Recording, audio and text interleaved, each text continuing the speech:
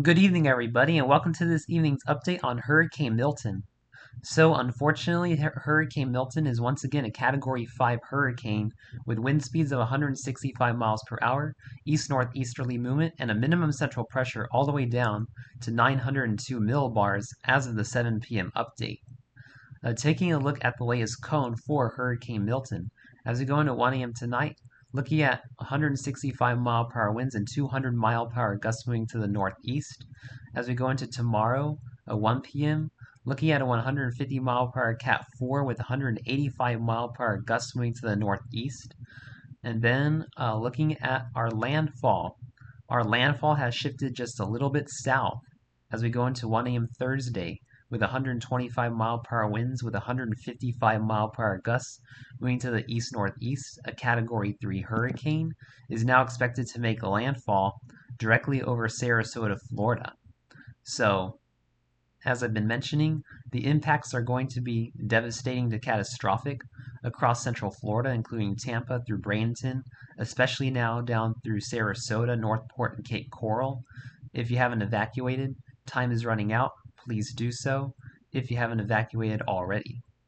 The track is going to move south of Orlando now, and as we go into 1 p.m. Thursday afternoon, looking at an 85 mile per hour Category 1 hurricane with 105 mile per hour gusts, moving off the east coast of central Florida, just south of Cape Canaveral and north of Palm Bay, and eventually is going to move out to sea as we go into 1 a.m. Friday as a 75 mile per hour Category 1 hurricane, 90 mile per hour gusts moving to the east. So let's get into the watches and warnings for Hurricane Milton. We have tropical storm warnings for much of the northern Yucatan Peninsula, southern Florida. Even the Bahamas are under tropical storm warnings now. The Florida Big Bend, North Florida. We have tropical storm watches in southeastern Georgia and South Carolina now. Hurricane watches in the pinks across southern Florida and around Jacksonville and St. Augustine. And we have hurricane warnings covering much of the central Florida peninsula in the red shaded region.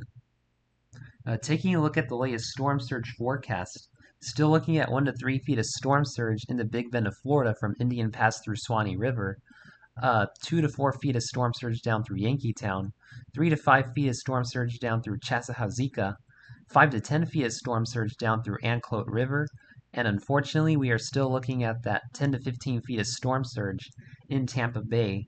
This is going to be catastrophic storm surge, unsurvivable in some areas, so please make sure you have evacuated if you live in and around the Tampa Bay area.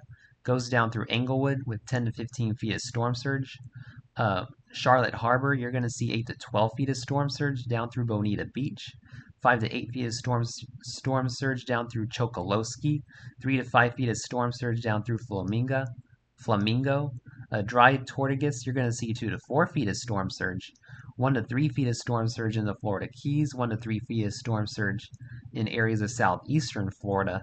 3 to 5 feet of storm surge along the east coast of Florida through southeastern Georgia. 2 to 4 feet of storm surge through the Georgia coast and southern South Carolina coast. And 1 to 3 feet of storm surge for the south central South Carolina coast as well. So, dangerous, life-threatening storm surge for Tampa Bay, unfortunately. Taking a look at the latest rainfall accumulations, this has shifted dramatically to the south since this morning's update. Looking at 1 to 2 inches of rain in the light green, 2 to 4 inches of rain in the dark green, 4 to 6 inches of rain in the yellow, 6 to 8 inches of rain in the dark yellow. And once we start getting into these orange shaded regions, we're looking at 8 to 12 inches of rainfall, and this includes Tampa Bay and Orlando. And now we're looking at pockets of 12 to 16 inches of rain across central Florida, just north of Tampa Bay and Orlando.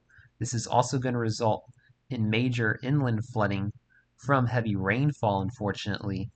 And taking a look at our flooding outlook, we now have a high risk of flooding across Tampa Bay through Orlando, right in the middle of Florida in the pink shaded area, a moderate risk just to the north and to the south in the red, a slight risk across southern Florida and northern Florida, including Jacksonville and Miami, and a marginal risk in the dark green, which includes portions of southern Georgia, most of this coming through Thursday morning. So please be making your last minute hurricane preparations if you live across Central Florida, as Hurricane Milton is going to be a historic, devastating landfall, unfortunately, for Central Florida. Thanks for watching. Please stay safe and have a wonderful evening, my friends.